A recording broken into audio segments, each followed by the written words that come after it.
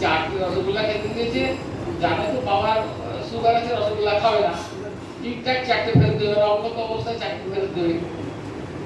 তো আমার তো সেদিন প্রচন্ড খিদে পেয়েছে, তো কি করেছি, একটা রসগোল্লা রডটা টিপে রসগোল্লাটা খেয়েছি।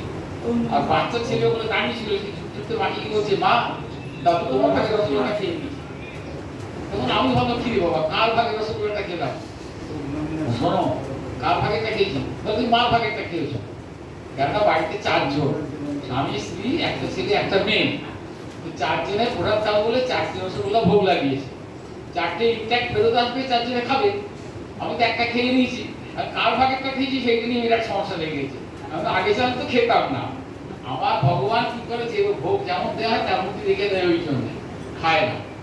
তো আমার দয়ানন্দ মহারাজ সব বলছেন যে আমরা না মন দিয়ে ভগবানকে ডাকি না, সেই জন্য আমরা দেখা পাই না, আমরা ইন্দ্রিয় দিয়ে ডাকি। তাই ভগবান বলছে ইন্দ্রিয় দিয়ে ডাকতে হবে না, মনটা দিয়ে ডাকতে হবে। গীতার কথা বললেন, আমি বুঝলাম যে সে চুপ হয়ে গেল, উনি আর বললেন না, কেন উনি তো নিজেকে প্রকাশ করতেন না। দয়ানন্দ মহারাজের কথা তো হলো। এবার আমরা গীতা পাঠ করবো, একটা অধ্যায় গীতা পাঠ করবো। কেননা প্রত্যেকে আমরা কিন্তু একসাথে পাঠ করি না, গীতা একসাথে একটা ছন্দ ব্যবহার করা হয়েছে, যে ছন্দটা হচ্ছে বেদব্যাস ঋষি শ্রীকৃষ্ণ ভগবান দেবতা অনুষ্ঠুপ ছন্দ। কিন্তু শুধু অনুষ্ঠুপ ছন্দ ব্যবহার নেই, এখানে 3-4টি ছন্দ ব্যবহার হয়েছে। আমরা সকলে দেখি কেন মেজরিটি মাস্ট বি গ্র্যান্টেড, সংখ্যা গরিষ্ঠতা হচ্ছে অনুষ্ঠুপ ছন্দের, সেই জন্য ওখানে অনুষ্ঠুপ ছন্দ পাওয়া হয়েছে। এখানে ইন্দ্রবাজারের ছন্দ ব্যবহার হয়েছে, বৈদ্যবাজার ব্যবহার হয়েছে, উভয়ার্থী ছন্দ ব্যবহার হয়েছে। এবং বিভিন্ন অনুষ্ঠুপ ছন্দের বিভিন্ন লক্ষণ আছে। একে আমরা ওইখানে অনুষ্ঠিত ছন্দ না বলে বলি অষ্টাক্ষরী বৃত্তি, 8টা করে অক্ষর মাত্র বলে উদ্ধার করছে। অষ্টাক্ষরী বৃত্তি বললে অতটা ভুল হবে না, কিন্তু অনুষ্ঠিত ছন্দ বললে সেখানে ছন্দের লক্ষণ করা হয়েছে। ছন্দ ভগবান শঙ্করের সৃষ্টি, ওই বাংলা সব কিছু সৃষ্টি করেছে, বাংলা সঙ্গীত সৃষ্টি করেছে। কে সৃষ্টি করেছে সঙ্গীত?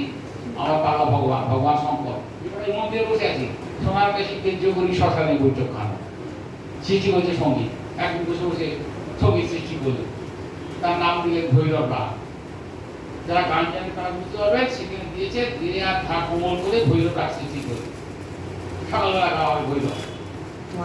কিন্তু মা গিয়ে বললো যে তুমি তো ভৈরব রাগ সৃষ্টি করেছো, আমার নামে কি করবে? ঠিক আছে, তোমার নামে তৈরি করবো, রাগিনী তৈরি করবো, ভৈরবী, তুমিও থাকবে আমিও থাকবো। রেখা কোমল রাখলেন আর গানি কোমল করে দিয়ে করলেন রেখাধানী কোমল। যারা গান জানেন তারা বুঝতে পারবেন, রেখাধানী কোমল দিয়ে করে দিলেন ভৈরবী।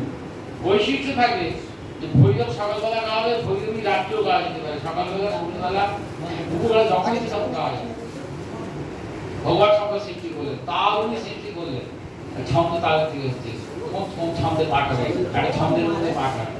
কেননা একবার উনি ভগবান শঙ্কর গান তৈরি করেছেন, করে তাল শিখিয়েছেন। ভগবানের আগে কি কোন বাদ্যযন্ত্র আছে?